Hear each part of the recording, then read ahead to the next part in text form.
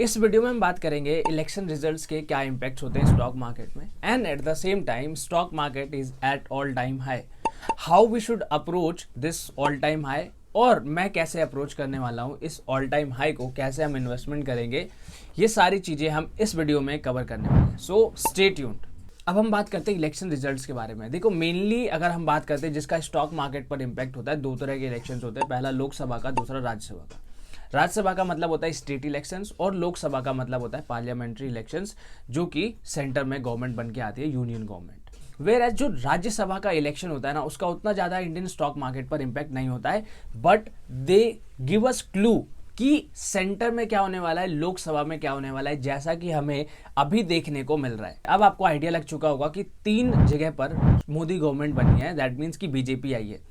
उसमें से 2 जगह पर तो कोई कह ही नहीं रहा था कि वहां पर बीजेपी गवर्नमेंट जो है वो बाउंस बैक करेगी, और even in the Madhya Pradesh they are continuing for 19 years, और फिर से वो री इलेक्ट हुए वहां पर। अब इससे साफ साफ पता चलता है कि कितना ज़्यादा मोदी मैंडेट है, और उसके बाद में कि 2024 में जो गवर्नमेंट है वो बीजेपी की बनने वाली है। ये प्री नोशन पहले से ही चल रहा है। अब देखो, जब भी मार्केट में कंफ्यूजन होता है तो मार्केट क्या होता है, साइडवेज घूमता है, और everybody is waiting for the कि जस्ट एक आइडिया मिल जाए, हिंट मिल जाए कि कौन सी गवर्नमेंट जो है आने वाली है। अब देखो, ये हम अभी बात कर रहे हैं और फर्दर जैसे हम आगे बढ़ते जा रहे हैं हमें क्लैरिटी मिलती जा रही है कि कौन सी गवर्नमेंट जो है वो सरकार बना सकती है। बट इसके लिए सर्वेज, इसके लिए बहुत सारी स्टडीज जो है ना वो ऑलरेडी की जा चुकी होती है बाय दी बिग प्लेयर्स, और जो बिग प्लेयर्स होते हैं वो ऑलरेडी जो पोजीशन है वो बिल्ड करना स्टार्ट कर देते हैं इन दी वेरी अर्ली ट्रेंड। अब इसका डायरेक्शन सिंपल सा मतलब ये होता है कि जैसे ही लोगों को एक क्लैरिटी मिलने वाली होती है ना, तो लोग क्या करते हैं, रिटेलर्स स्पेशली क्या करते हैं, क्लैरिटी मिलने के बाद में वहाँ पर पैसा जो है लगाना शुरू करते हैं।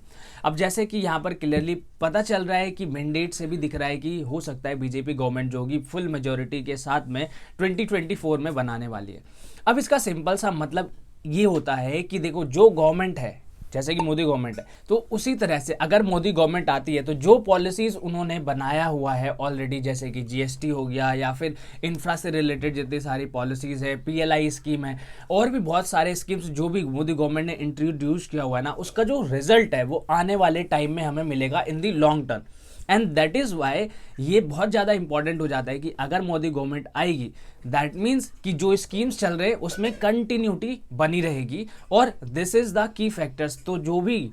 ग्रोथ है वो हमें आने वाले टाइम में दिखेगा, और कोई भी पॉलिसी अनस्टेबिलिटी या फिर पॉलिटिकल अनस्टेबिलिटी होती है तो यहाँ से आपको एक अच्छा करेक्शन देखने को मिल सकता है। लेट सपोज अगर मोदी गवर्नमेंट जो है वो नहीं बन पाती है, या फिर अगर अलायंस से भी बनती है तो so that's it. Policy continuation is the key. इसीलिए जब भी इलेक्शन होता है तो यहाँ पर यह ध्यान दिया जाता है कि जो गवर्नमेंट पहले थी, आई एम नॉट सेइंग कि मोदी गवर्नमेंट ओनली, अगर कांग्रेस भी है और अगर फिर भी कांग्रेस आ रही है री इलेक्ट होकर के, तो वहां पर क्या होता है, कॉन्टिन्यूटी होती है। और continuity what the market love, और जो भी प्लेयर्स होते हैं, एफआई बिग प्लेयर्स होते हैं, वो उनको अच्छा लगता है क्योंकि जो पॉलिसी होती है स्टेबल होती है और उसमें कंटिन्यूटी का चांस होता है। So that's it about the election results की राज्यसभा जो स्टेट इलेक्शंस होते हैं वो ज़्यादा हमें